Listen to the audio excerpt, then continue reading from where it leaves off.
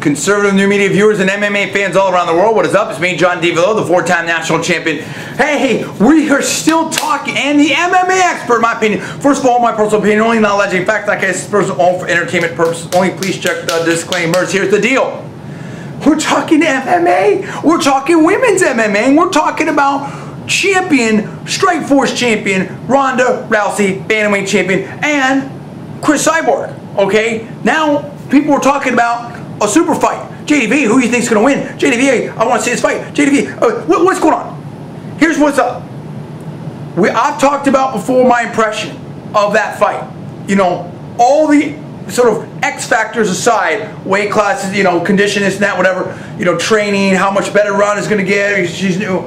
Put all that aside, my general impressions, like if there wasn't like a weight class situation, they just had a fight right now, what's my impression right now of who would win? My impression right now of who would win, I would lean Cyborg. But I think there's a lot of like, you know, I could easily change my mind. I could easily change, there's a lot of factors going in. One of those factors is weight class. What weight does this happen at? Is it going to be 145? Is it going, which is Cyborg's, you know, natural weight class, or is it going to be, in my opinion, or is it going to be bantamweight? You know, 135. That's where, you know, Rowdy has the strap. So what's up with that? I mean, she's the champion now, and you know, so maybe, maybe Cyborg has to look at that. Here's my thinking. I think this is pretty straightforward. I think that if it happens at the higher weight class, if the fight does happen, if it happens at the higher weight class, I think that obviously gives an advantage to Cyborg.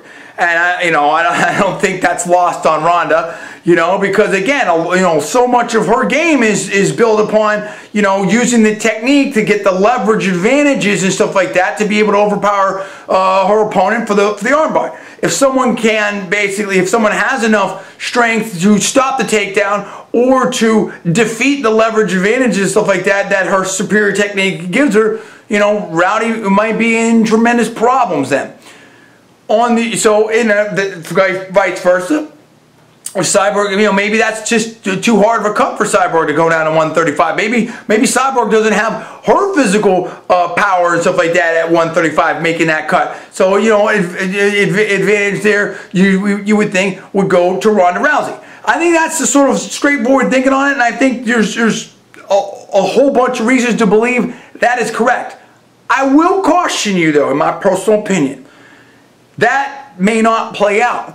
Look at this. Look at Nate the Great Marquardt coming down from 185 to just take out T. Wood, okay, at 170. I mean, it's just like, and Tyrone is, you know, Woodley is a tremendous fighter in my personal opinion. But I mean, you know, Nate Marquardt was too much. At 170, he was just so powerful, dude. Think about that. Think about this. Think about what happens if Cyborg can make that weight cut, or if there's some kind of like, you know, let's meet in the middle, some catch weight situation, and all it does is make Cyborg get in better shape, more fit. Maybe Cyborg's faster. So not only does she have she can keep a decent amount of her power, but she gets faster at that weight, and the strikes just come faster with the Muay Thai. What happens to Rousey then? So, you know, it cannot always work according to plan. It's what I'm trying to say to you right there. That's what I'm talking about. We've seen people move different weight classes before. BJ Penn, you know, Silva, you know, Dan Henderson, etc. So I'm not terribly sure, in my personal opinion, that, you know, 10 pounds plus or minus in terms of making a weight makes the biggest difference. I would certainly assume that, you know, there'd be rehydration and eating. In other words, if Cyborg made the weight, goes back up. Assuming Cyborg can make the weight or whatever like that, I'm not here to say that I think it's going to be, you know, a super huge thing. I do believe that the weight is I do believe it's a big deal, in my personal opinion, where this fight would take place. But I'm not prepared to believe that it's determinative And I'm absolutely saying that it could surprise some people. What do you think about that? How big do you think the weight situation is? Who's advantage for which weight class? How do you see it? Do you agree with me? Do you disagree with me? You tell me where you're at on this.